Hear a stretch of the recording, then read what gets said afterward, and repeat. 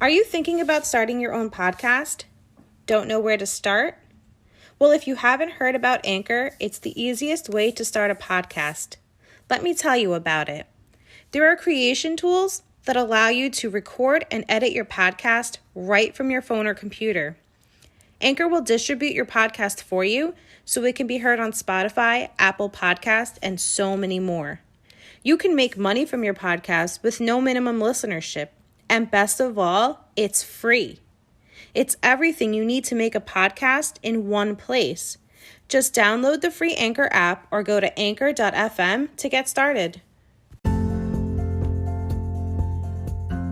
Hello, Candid Mamas, and welcome. You're listening to the Candid Motherhood Podcast with Roxy and Jackie, where we tell you all about the ins and outs of motherhood. We share our own life experiences to prepare you for the good, the bad, and the ugly that comes along with parenting. So grab your coffee, sit down, get comfy, and enjoy today's episode.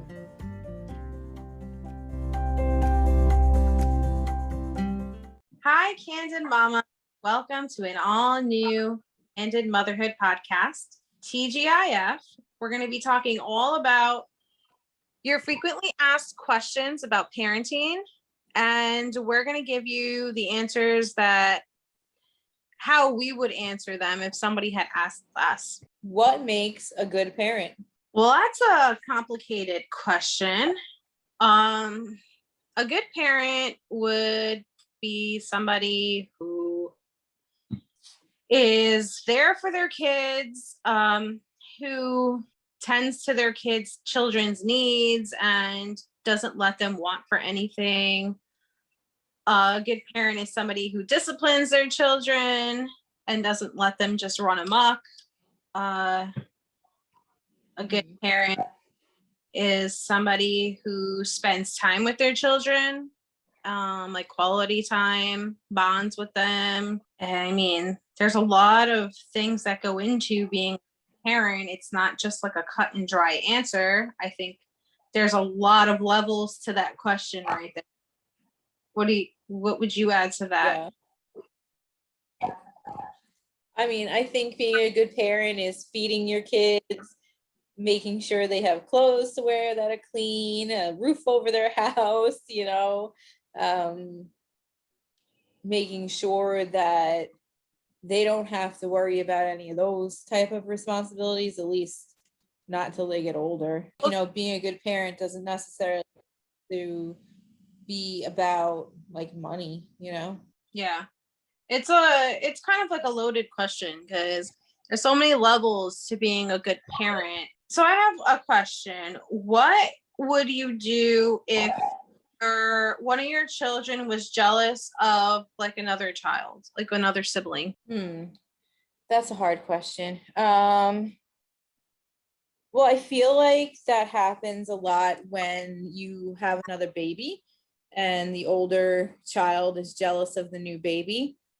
So I think that, babies require a lot of attention, but giving the older sibling attention also, I think is going to help. Like it happens kind of with Nate and Lacey, where they want my attention alone. So I try to have a day where I'll spend with Lacey, and then I'll have a day where I spend with Nate. So they each feel like they're getting like a quality time with me, Yeah.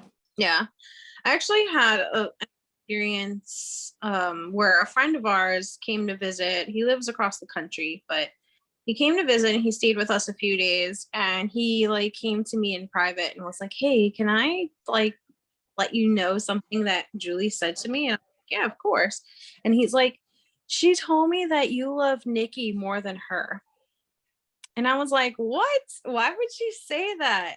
So it got me thinking what can I be doing that's making her feel that way, So then I went privately to her and I asked,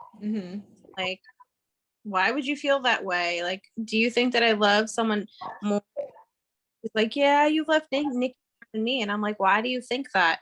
And she told me that it's because he doesn't get in trouble when he does certain things and she does, or like I spend more time with him than I do with her.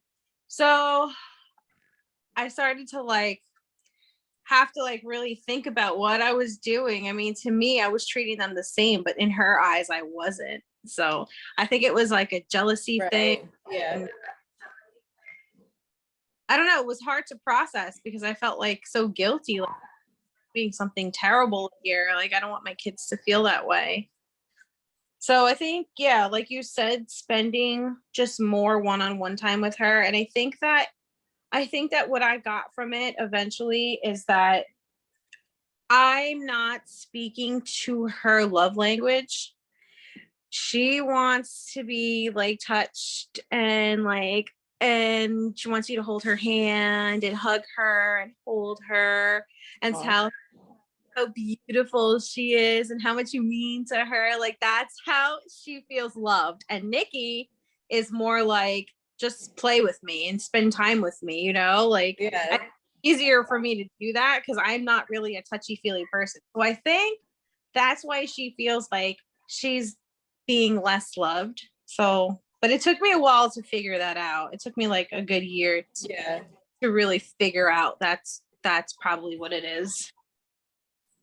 I feel like that's kind of the same with Nate and Lacey because like I feel like because Nate's the oldest, I guess he gets more attention, he gets more things. Even my parents or Rob's mom like tend to favor him a little bit more.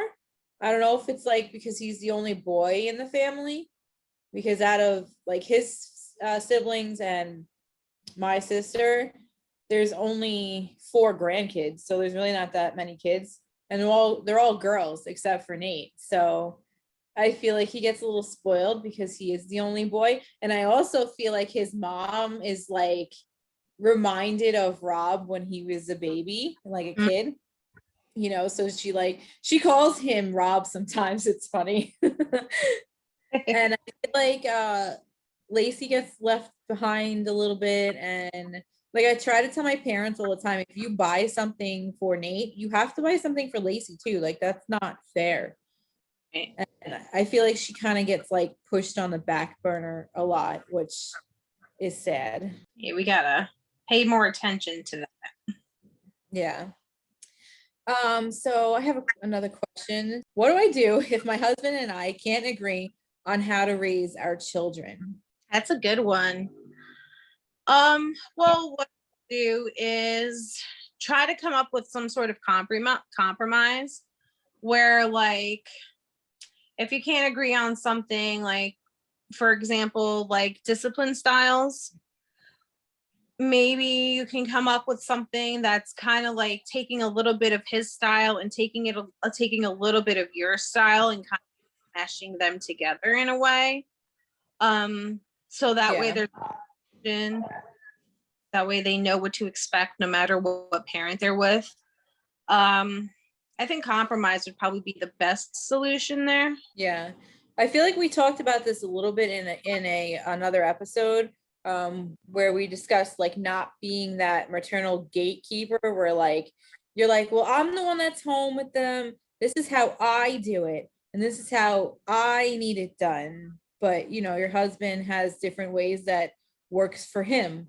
So I think like you said, compromising is the best way to go. Otherwise, you know, your marriage isn't going to work and your relationship with your children aren't going to work if you and your husband don't agree on, you know, how to parent your child.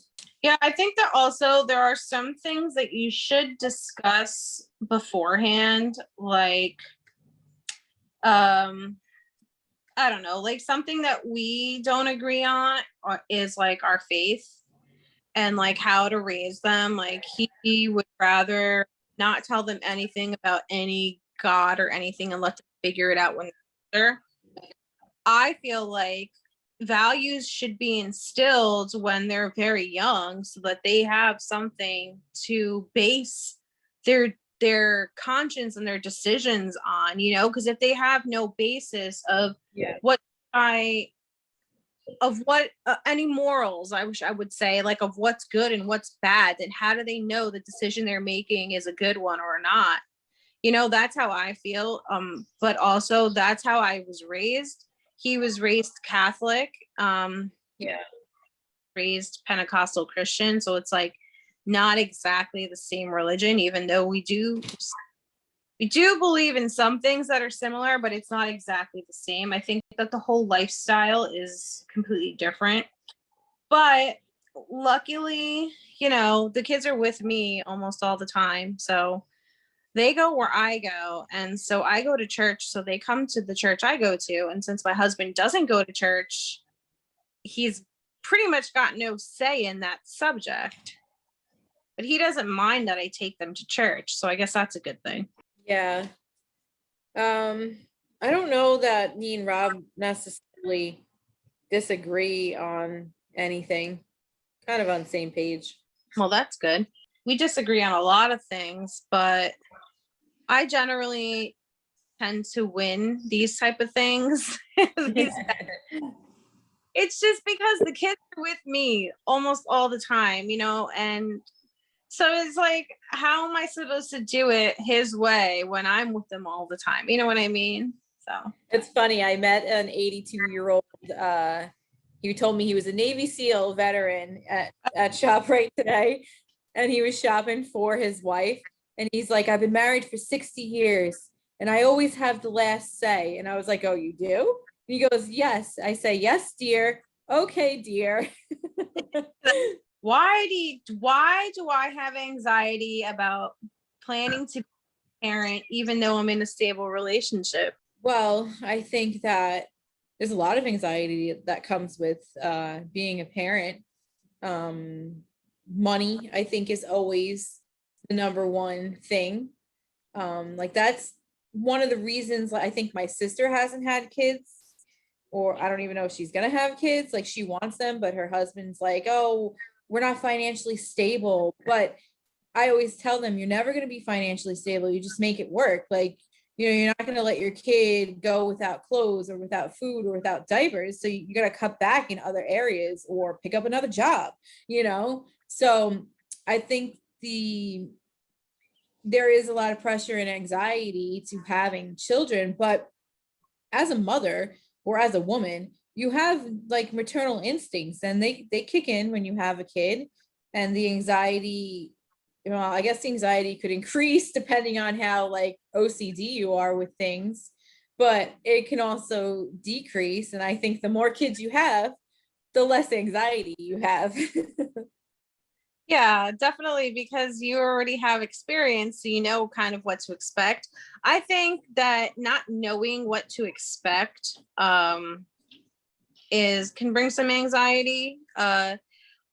Maybe the thought of possibly like not being able to work because you have a baby, and the money thing, like you said, is always a major thing. You're never going to have enough money. I think that also you don't know if you're going to mess up your kid or if you're going to do a good job. Are you going to be a good parent? How are you going to know what to do in certain situations? But like you said, your instincts are going to kick in, and you're not going to have all the answers to everything, and you are something wrong, but you live and you learn. You find out what's the right thing to do when you do something wrong, and you do better. Well, I always say that your kid's going to grow up to resent you for something. So you just got to go with it. And, being a first time mom has a lot of anxiety because you don't know what to expect. You don't know what to do. But, like as you go on, you have more kids. You're just like, you're not that like crazy mom anymore. You're like, oh, forget it. He'll figure it out, or let him go play in the dirt, whatever, Exactly. Okay. So I'm a new parent. How can I keep my cool when my infant won't stop crying? Well, definitely don't shake them. I think there's a time and place where you let the child cry it out and you just got to deal with it. And then there are times when the child is crying for a reason. They say babies can't talk. So they communicate with you through crying. So they want something or they need something, something's wrong. So if you've exhausted all options, then maybe it's just a simple thing as them needing to just cry it out to fall asleep. But you shouldn't lose your temper because they're just a baby. You know, there's no reason to be yelling at an infant or getting mad at them. They cannot help themselves. They rely on you for everything. Yeah.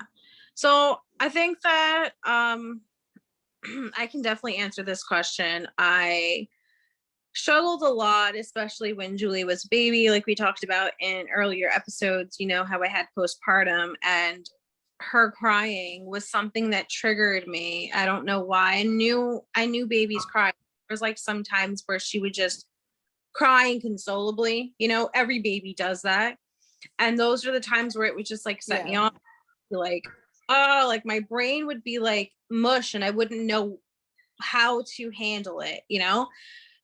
So what I would do is I would just put the baby down in her crib and I would go outside, physically go outside and just take a couple of really deep breaths of fresh air and go far enough away where I couldn't hear her crying. Like even though I knew she was crying, I would just go far enough away where like I don't have to hear it just for like 5 minutes. And I would literally put a timer for 5 minutes. And when 5 minutes was up, I'd go back inside and like kind of like recollect myself. And then I was able to like handle it a little bit better, you know, handle it calmly and not be frustrated and upset and everything. Or what I would do is I would just like call Martin, you know, call your significant other and just be like, you need to handle this for a minute while I go outside, you know? But if he wasn't there, I would Right. just, you know, babies, no baby has ever died from crying or gotten hurt from crying. Obviously you don't want to leave them more than 5 minutes because then they can probably, you know, suffer a little bit from not crying. I mean, from crying too much. But if you just leave them in the crib, walk out, get some fresh air, cover your ears, put on some headphones so you can't hear them for 5 minutes, and then come back and reassess the situation and kind of like pick them up calmly, figure out what they need. That's how I would handle it. What would you do if you suspected that your child has been or is currently being sexually abused? Well, I would hope that I could talk to them about it first and see what they say, or hopefully they come to me and talk to me about it and then try to find out who it is that's doing that. I think that it becomes an issue when it's like this your partner that's doing it, or you know, like the father, or it could be the mother that's sexually abusing the child. So I know personally, if that was me and like Rob was sexually abusing our kids, I wouldn't be able to stay with him. I would just have to leave. I don't want to put my kids in that situation. And I think that's pretty disgusting. I don't know. How would you deal with that? Well, I think it would definitely depend on the age of your child. You know, if they're older and old enough to understand kind of like what's going on and understand that it's wrong, you know, because when you're little, you might not even realize like what's happening is something that's wrong per se. You might Yeah. just something old adults do. But when you become to a certain Mhm. age, start realizing like, hey, this isn't right. So I would say it depends on the age. So if they're older, then I would just straight up ask them and hopefully they would tell me. I would try to make them feel comfortable, like, you know, you're not going to get in trouble for anything. Um, and just try to, you know, coax it out of them, I guess, and ask them, like you said, who it would be. If it was a younger child, maybe one that can't necessarily voice what's going on exactly, they don't have the words for it, I would ask them specific questions like, has anyone ever touched you here? Has anyone ever touched you here? and then name specific spots and Mhm. stuff. And if they say yes, obviously that would be alarming. And if they say no, Yeah. then I guess we're good. But that's how I would handle it. I think also no matter what their age is, you have to believe them. I mean, you can't say no, you're lying or this and that, because I saw this one video. This girl, I think, was 7 years old, and her mother's boyfriend was sexually abusing her, and they were going through like this CPS case, and she wanted to stay with the father, but the mother had like majority custody, and CPS like wouldn't let her go with her father, and she kept saying, I don't want to go with my mom, he touches me, he touches me. And she would cry hysterically when the mother would like try to, you know, take her from her dad. And I think eventually the mother lost custody and he gained custody back, but it's just like so heartbreaking to know that that's happening to a little girl and she's saying that it's happening, and like the justice system is failing her by continuing to let her be with her mother because she's the majority custodial parent. In that case, the mother is more to blame than the state. Because yes, the state is to blame, but they can only do so much. They have to go by certain laws and they have to follow certain rules. But a parent, if my daughter came to me and told me that if I had, me and my husband were separated and I had a new boyfriend and she told me that my boyfriend was touching her inappropriately, the first thing I would do is kick him out of the house. Like, I would never stay with somebody like that. I just couldn't. But the mother didn't believe her. I would always believe my kid. Yeah. When Julie started school, I used to ask her all the time, does anyone ever do that to you? Because like, you never know. Like, sometimes you don't see the signs until it's like already been happening for a really long time. So like, I still tell her to this day, like, you hear it's wrong, right? Just like, Mom, I know. Like, how many times are you gonna tell me? And I'm like, I'm gonna tell you forever. All right. So another question is, how will divorce child? Ooh, in a lot of ways. I think divorce has a lot of negative impacts on your child. I think a lot of times they tend to blame themselves whenever something like that happens, and they think like, oh, if my parents got divorced because of the money, if only I didn't go to summer camp, if only I didn't take those lessons, my parents would have more money and then they wouldn't be divorced. Or, my parents are divorced because um of us, because we fight all the time. I always fight with my siblings and they couldn't take the stress. Like, kids seem to like blame themselves for a lot of things. So I think it's going to make them feel guilty. Um, See, I really don't have experience with that because my parents are still together. And, my husband and I are still together. So, and his parents are still together. Well, Rob comes from a divorced family. Um, his mom divorced his father when he was no. He actually didn't find out, I think, until he was 15 or 16. And I think it was either his mother or his father was like, oh, you're handling the divorce so well. And he was like, who got divorced? So he didn't even know that his parents got a divorce. Well, And there were a lot of secrets. Yeah. His mom ended up marrying his fifth grade teacher. There were a lot of secrets going on between that his father and then the stepdad relationship. But one thing I always say is, I think a divorce, depending on the age, will affect you in a relationship in your future, because they say your first relationship as a woman is with your father, and then as a man is with your mother. So if you come from a family of divorce or abuse or drug addictions, I feel like that's what you are first learned and you're going to carry that into your future relationships. But I think really, like I said, though, I think it depends on age. But like, because Rob was like a teenager, it didn't really affect him as much as it would as if he was like younger. Well, I kind of understand that. It's like setting the example.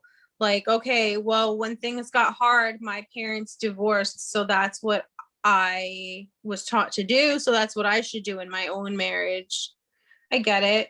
I Yeah. also think that being divorced kind of puts more responsibility on your children for certain things, because now, let's say like you're a teenager and your parents get divorced, and like usually, you know, the moms have most majority custody.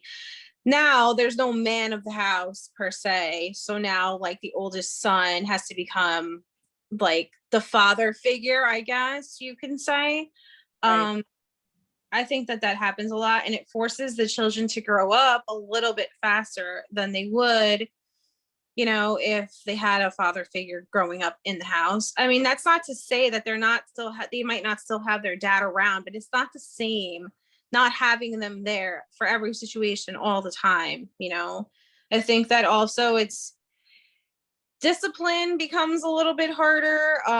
Children might rebel a little bit more, because they might have some sort of hostility towards one of their parents because they feel like maybe one of them had more faults in the divorce than the other.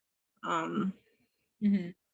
I don't know. Well, it's a proven fact that people that children that come from divorced families and to have worse time in life. They become drug addicts. They fail school. They don't go to college. They're not as educated, and it's proven. And what keeps the family together is that male presence. There needs to be a father in the house in order to keep the stability of the family. And I think it's difficult to, like, my sister-in-law's divorced, so she's got the kids the majority of the time, and they're twin girls. So it's her and twin girls. There is no father figure in the house. So I think that becomes an issue when it comes to discipline, or just having that, you need that male figure. You need somebody that's going to be able to like fix something if it needs to be fixed, or, you know, like that stereotypical man. And I think it's beneficial in a child's life. No, you're right. And also, you know, girls especially are more likely to run into the arms of the first man that says, I love you, because they haven't had that. They're longing for that paternal relationship. You know, some girls still do have a really great relationship with their dad after divorce, and that's great. Like, I'm not saying that you can't, but these are the types of things that, you know, statistics have shown with divorced parents. Yeah. I don't know what the exact statistics are, but I do know that not having the male figure is pretty harmful in a child's life. Mm-hmm. So, how do you find balance to like stretch your attention evenly between your kids? Well, now that they're a little bit older, I try my best to give them one-on-one time. You know, like Lacey likes to go to Zumba class, so try to take her to Zumba class by myself, and then Nate can go hang out with whoever's around. Or like Nate likes gaming, so I'm just trying to do things that like interest them alone.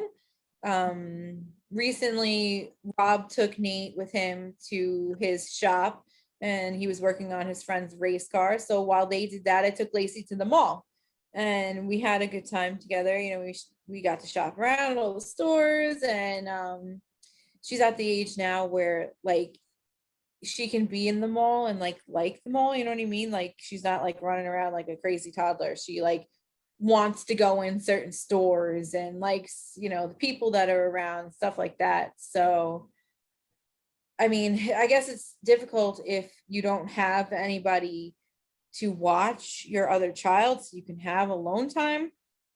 But I think if you can do it, then that's the best way to do it. Yeah. Sometimes I don't have enough help with the kids, and I do have to manage all three of them at the same time every single day for most of the day. So what I do is Yeah. I try to do at least something that I know each of them like to do.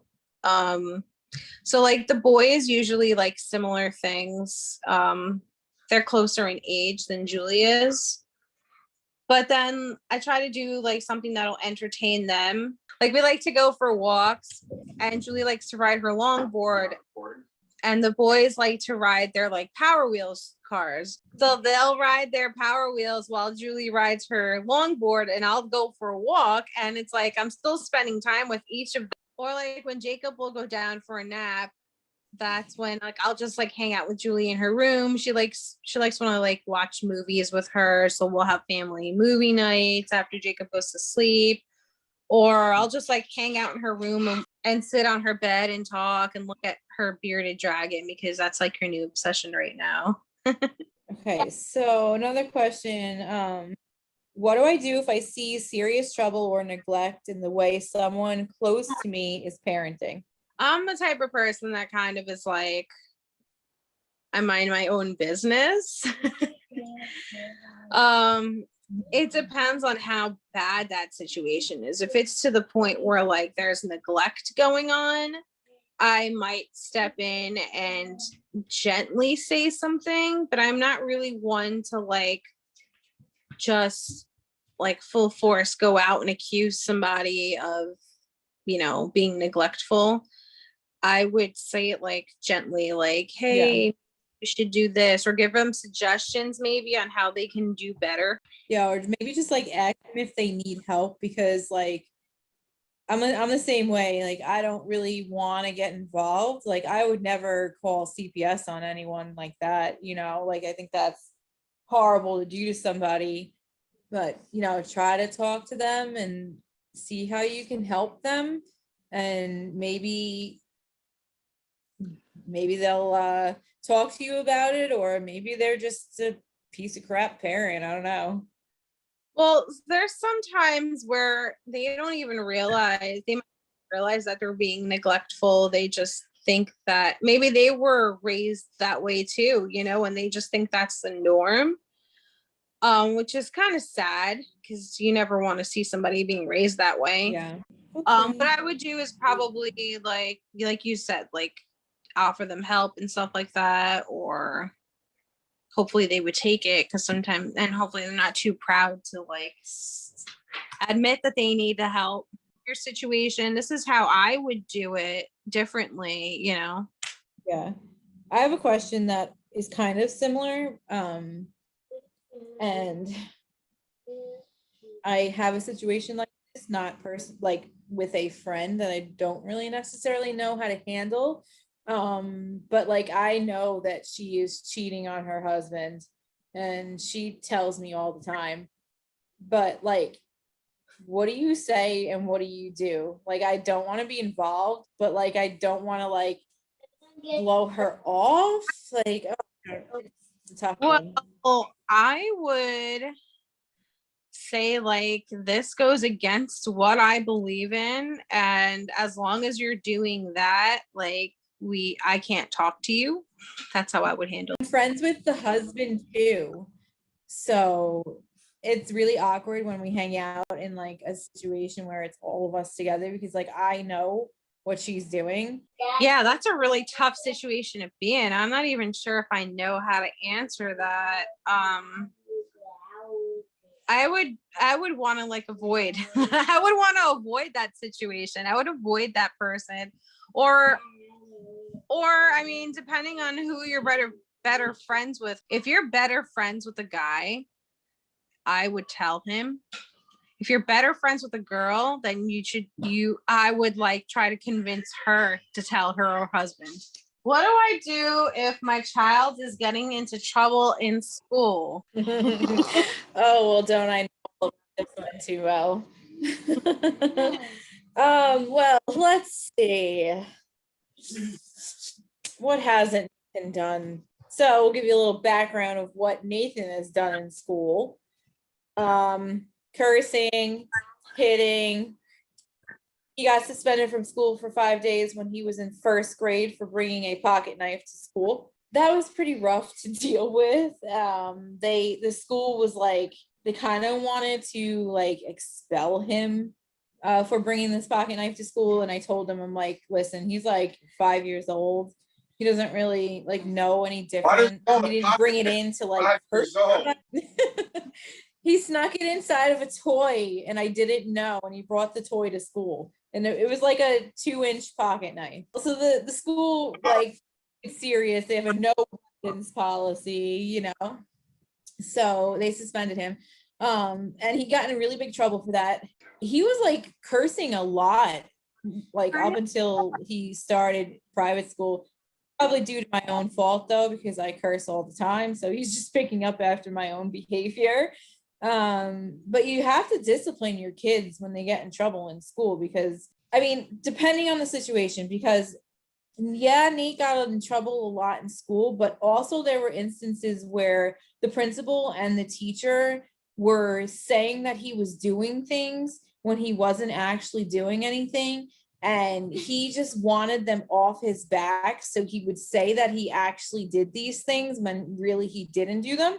I think it really depends on how well you know your kid and how to handle what's real and what's not. I think the only thing that Julie has ever even been close to being in trouble in school is probably talking too much to her friends and not paying attention to the teacher, which is a pretty common thing, I guess, in a girl's world. But yeah, that was pretty easy to solve. All I told the teacher to do was move her seat. So she had her sit between like a bunch of boys where she knew she wasn't going to be talking to them the whole time. That's pretty much it. I also had a conversation with her, you know, letting her know like, hey, your school's for learning. And if you want to socialize, call them on the phone later. Or you can talk to them at recess or on the bus, you know, on your downtime. Don't spend time, you know, socializing when your teacher's trying to teach you guys something. So that was pretty much the only thing that I've ever had experience with so far. Nikki doesn't go to school yet, so she's my only one in school. So that's why I really don't have too much experience yet. But I guess that's a good thing. And I don't really want my kids necessarily get. I remember I was kind of the same way and really never got that much in trouble in school. The only thing that I ever got in trouble or sent to the principal's office for was because my friend and I had a notebook and we used to write notes to each other in it. And girls class stole it. One of the girls stole it and started reading what was inside. And we mentioned her name, but nothing bad. I think we were saying like we liked her and stuff like that, whatever. But anyways, she told the principal and we got for writing about other students. And ooh, are you Regina George? You're a mean girl. Yeah. I got in trouble once in school that I remember. It was my senior year and I got called to the principal's office. I was like, I don't know why I'm being called here. I don't know what I did, but I drove me and my friends to like the midterms and I didn't have a parking permit because I wasn't old enough yet. And I apparently cut some teacher off in the circle and she wrote down my license plate number and they were like, oh, we're just gonna bump you to the bottom of the waiting list for a parking spot. I was like, okay, whatever. Meanwhile, I parked in the teacher's parking lot. I didn't care. I actually rear-ended a teacher going like 5 miles an hour going into the school, and she made such a big deal about me hitting her, saying that I was tailgating. Karen. We literally were in line at a red light. Yeah. So I'm like, how am I tailgating you when we're stopped at a light first? And like, I had a stick shift car, so I guess I had just given it too much gas. You know, you're still learning how to drive. teenager. I remember your black Saturn. I literally just tapped her, and the security guard like was like, "Why are you making a big deal?" And she's like, "There's paint on my car," and he like took his finger and like rubbed it off. It was just rubber my bumper that like skid onto her car. He's like, "Nothing happened." And then when I got home, I told my mom about it because I knew she was going to be calling. Yeah. She called thinking that I was telling my mom about it, and she was like surprised. She's like, "Oh, well, I'm actually surprised and glad that she told you before you found out from me." And my mom's like, "She didn't think you were gonna tell me." I did bad things, not in school. Well, one time we went to a Sweet 16, and there was a whole bunch of girls from school there. And one of the girls that I was with, we won't mention any names, she threw another girl's shoe into the toilet. And since I was there with her, I got blamed for it. So the next day, I guess she told somebody in school about it, the girl, and we both got called down to the freaking office, and they like made a huge big investigation about it, asking us who threw the shoe, who was involved in it. Yeah, because it was like a hate. Didn't even happen during Treating school. it like a hate crime. It didn't even happen in school. No. Oh, come on. I can't stand that shit. Like, I don't like just try to parent my kid and stuff. Like, no, just teach your kids. What would you do if your teenage daughter came to you and told you that she was pregnant? Oh, Lord have mercy. Probably have a heart attack.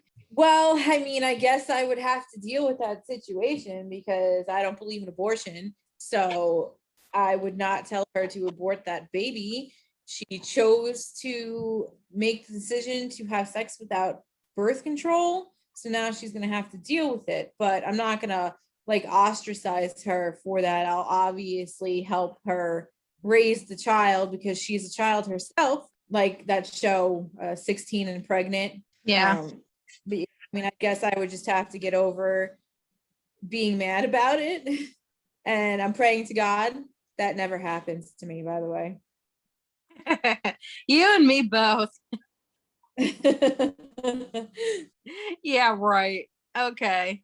I was taught abstinence too. It didn't happen that way for me, but luckily I was not a teen parent. But being, or I would say like having a younger brother, like 14, 15 years younger than me, definitely helped because I was old enough to realize what birth control to raise a child. Yep, I knew for sure. I did not want to do that. Yeah, that's like one of my biggest fears. I really, really hope that my son or daughter do not have children younger than 25. I would just hope that, if they're in their 20s, fine, like they're old enough to be on their own or whatever. But you really ruin your child when you have a baby while you're still a baby. Yeah. I would probably do the same thing. I mean, I guess like, yeah, I mean, I think you like totally ruin your high school years, college years, those party years. Like you need to be able to get all that out of your system before you get married and have a kid. Yeah, I agree. So do you think that there is a certain age when it's too late to have children?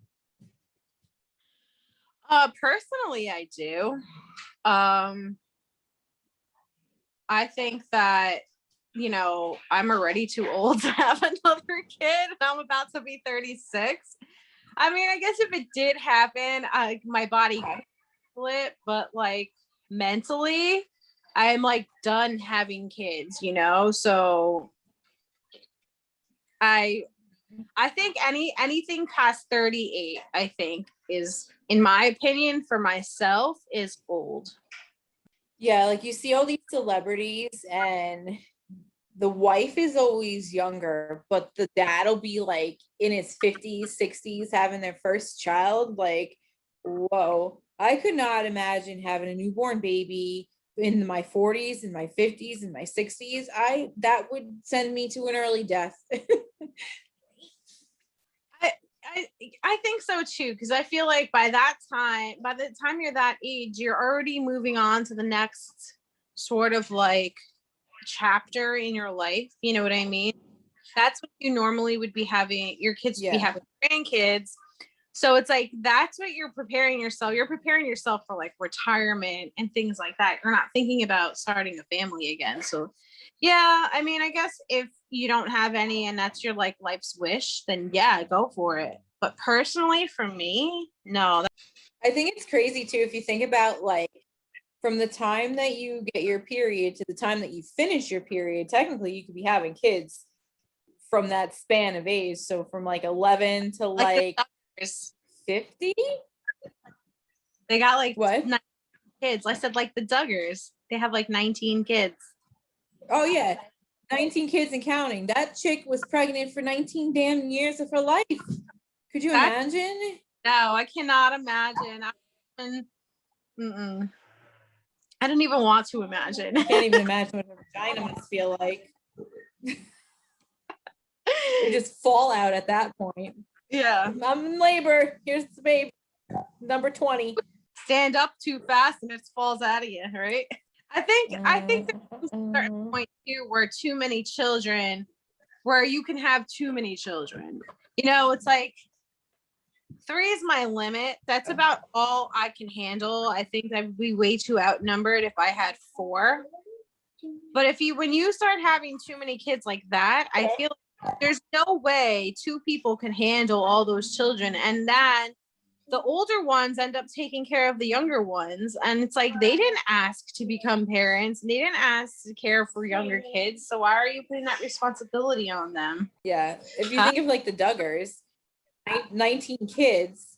So the oldest one is at least 19 or 20, you know? So obviously she's got built-in babysitters. Yeah, she does. But at the same time, it's like, and she homeschools them. How did you tell your kids that you were like pregnant again? Well, Nate was too young to even know.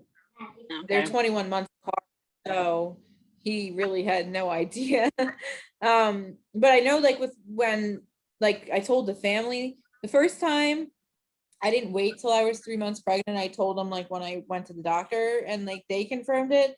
But the second pregnancy with Lacey, because I had like, I don't know, complications, or they think I had complications, whatever. I didn't tell anybody until I was after 3 months pregnant. With Julie, I told my family right away too. As soon as I found out, I started with my mom and then his mom, and then we told the rest of the family, like everyone individually, because you know, my family, like when you tell somebody something, like magically the whole family finds out about it within like 2 days. So I didn't want them to hear it from somebody else. So I literally dialed every single family member in my phone personally. Took me like almost 2 hours, but I did it. But when I was telling the kids I was pregnant, I told Julie, she was old enough to understand. She was already 4.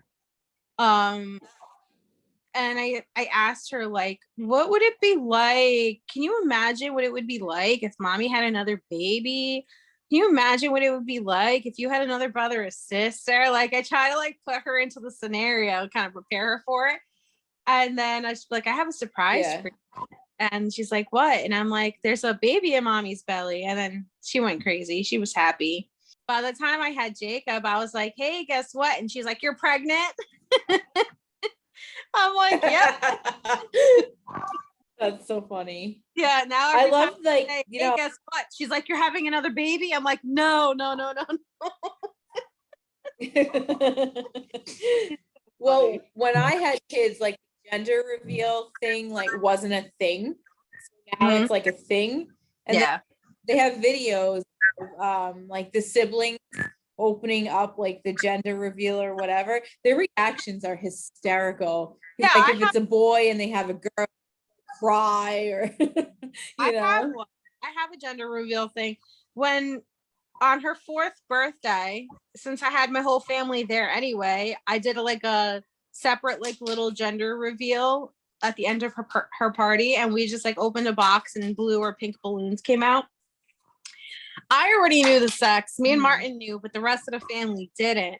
So we surprised them, and we had a boy, and Julie didn't know because we didn't want to tell her to know yet. She was so upset. She was like stomping her feet, crying, being all mad because she wanted a sister. Yeah, I'm pretty sure Nate wants a brother and Lacey wants a sister, but that ain't happening. Julie still asks me for a sister to this day, and I'm like, even if I had a baby right now, I was like, you're going to be 10 years older than this baby. She's like, I don't care, Mom. At least I'll have a sister. I'm like, I think that ship has sailed. We're going to have to live without one. Yeah, you're just going to have to play with your cousins and your friends. I think this one's an interesting question. So how can I respectfully decline unwanted parenting advice from others? Oh, that's a good one. Depending on who's giving me the advice, I would be like, well, I didn't ask, so thank you anyways. But if it was somebody, I guess like I didn't know as well and I didn't feel as comfortable around, I would be like I've already been through this situation. I already know what to do. I don't know. What would you do? Yeah, I know when I was pregnant with Nate, it wasn't really advice that I got, but I got unsolicited. Like this woman was just like I was in the mall and I was waiting for Rob to come out of the bathroom, and this old woman comes up to me and she goes, "Are you pregnant?" And I said, "Yeah." "Are you married?" And I said, "Yeah." And she goes, "Oh, okay, well then congratulations." Okay, so like if I said no, I wasn't married, what were you gonna do? You're gonna scold me, like who the hell are you? I don't know you. That's but I think weird. Yeah, you see it a lot on like Instagram. There's this one woman that I follow. She's got 4 girls, and people ask her all the time, like, do you know how this happened? And she's like, yeah, I'm pretty sure I know how I had children. Thank you. And like, oh, what were you just trying for a boy? No, I love all my kids the same. I wanted to have a big family. Doesn't matter whether they're a boy or a girl. I've had people say that to me too. And I'm like, I'm not pregnant, honey. And they just, you're like, oh my God. Like, what if you don't know, don't say anything. And even if you do know, don't say anything. I'm not pregnant, I'm just fat. How do you handle it when people touch your pregnant belly, like without asking? I couldn't stand that because I don't like to be touched to begin with. They make shirts now that say don't touch it. So I wish I had that. Like people would be like, oh my God, you're huge. Are you having triplets? Listen, honey, no. Or even just asking if you're pregnant when you're not pregnant, like just keep your mouth shut. Thank you. I asked that not too long ago when I was at church. This lady's like, oh, she goes like this, when's the baby due? And like doing like the circular motion around the stomach. And I was like, oh, all my babies are at home today. Thank you very much. When they come up to you though, and they're like, oh, you're pregnant, when's the baby due? And they're touching your belly and you're like, listen, I'm not pregnant. Don't touch me. Like I used to try to like back away. Worse. You know. Right. I like it was worse because working in retail, I had to talk to people all day long, and people just feel like they just think because you're pregnant, you get to touch everything. And like, I wouldn't even touch other people's bellies. Like, I just think that's really weird. Like, I don't want you to touch me when I'm not pregnant. So why are you trying to touch me now? Maybe it's probably easier with COVID because now nobody wants to touch anyone. That's you know, actually, I found out while I was pregnant that it's illegal in Pennsylvania to touch somebody's pregnant belly without asking first, which is a weird thing. Really? Yeah, I mean, I don't know if it's like, I don't know who's ever pressed charges against that, but yeah, so I used to get asked a lot, like, can I touch your belly? Do you mind if I touch your belly? But it's like, sometimes it's like weird saying no, like, no, you can't touch my belly, but like, okay, sure. Like, I'm just like, first of all, want to. Exactly. That's what I was gonna say. Why do you want to touch the pregnant belly? I've never felt compelled to want to touch somebody's pregnant belly. I haven't either. But I guess like I don't know, maybe there's some people who really miss it or were never able to get pregnant themselves, so like they feel like they need to live through you. I don't know. But I think I've told you this story before, but I'm going to say it again. When I was pregnant with Nikki, this lady, she asked me, "Can I touch your belly?" in the store, right? "You're pregnant. Can I touch your belly? How pregnant are you?" And I'm like, "Oh, I'm about like 6.5, 7 months." She goes, "Whoa, you seem like you're so much farther along. Like, when is your due date?" And so I told her, like, I think it was August 19 I was due. And she goes, "No way. You're having this baby on July 29th." And she's rubbing my belly, right? And I'm like, "Oh, okay." Like, I'm thinking like whole time, like, this freaking lady is crazy. Hey, doctor. What the hell? Like, why is she telling me things about my baby, Yeah. And when I had the baby? July 29. How freaky is that? Good. Maybe she was psychic. If they want to go touch a pregnant belly, then they should just go put on a fake pregnant belly and they can touch the belly all they want. Yeah, why are you letting her touch my son before he's born anyway? I have a new baby and hate my husband now. What do I do? Get used to it. How do I have sex with my partner when the baby's in the room? You just do it. They don't remember it. They have short-term memories for a reason. Exactly. Or what do you do if your child isn't hitting all of their milestones at the right time? Like talking, crawling, if they're not doing the things that they should be doing at certain ages. What if you notice that your child is like falling behind in certain things, like they're not speaking by the time they're 2, or they're not walking by the time they're a year and a half? And what would you do if you suspected that maybe there was like some kind of something wrong with your kid because they're not reaching their milestones? See, like, I'm not really one to like want to go to the doctor for something like that, because like I'm the type of person that like I feel like if you're gonna go to like a surgeon, they're gonna want to do surgery. So if you're gonna go to like a behavioral doctor, they're gonna want to say your kid has autism or something like that. So I guess it really depends on how old they are. I mean, if by the age like 3 or 4, they're not talking, they're not walking, and they're not like eating solid foods, then obviously there's something wrong with the kid and you might want to get it evaluated. But I would probably wait. I don't know. What about you? Yeah, I would wait probably like maybe 6 months past the point of when they should be doing it. And if still by then they're not even advancing a little bit towards their goal, then I would definitely, seek some sort of help. All my kids were pretty on time with all of their milestones, if not hit them before. Except Nikki, Yeah. he had a little bit of a speech delay. He didn't want to talk right away. Like, he would still let us know what he wanted, but he would grunt a lot instead of actually saying words.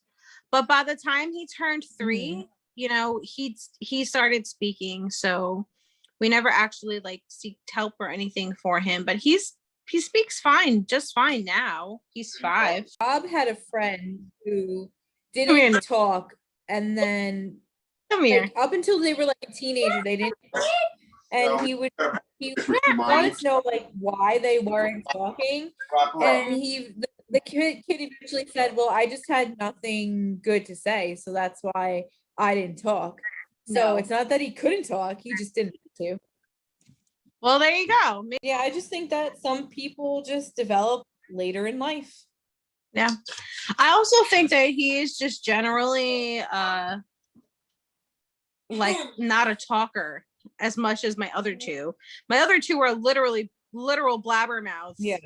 Can't shut them up. Oh, that's my kids. Oh my God. By the end of the day, I'm like, if they call my name one more time, I'm going to lose my mind. It reminds me of this Chewy commercial. Mom, mom, mommy, mom. And then you're like, what? Hi. That's what my kids do. Thank you, Candid Mamas, for listening to our episode today on our FAQs of being a parent. If you have any questions questions that we didn't discuss that you want our advice on, or anything that you want to share with us, make sure you like us on Instagram at candid.motherhood and Facebook, and turn on your notifications and subscribe to our YouTube channel. And if there's any questions that we missed, be sure to let us know so we can answer them in our next FAQ. Have a good weekend, Candid Mamas. Thank you so much for listening to Candid Motherhood Podcast. We hope you enjoyed today's episode. Please subscribe, share, and rate our podcast. If you have any ideas for future episodes or want to learn more about us, please follow us on Facebook and Instagram at candid.motherhood and on Twitter at cmotherhood. We appreciate your love and support. Until next time, thank you, Candid Mamas.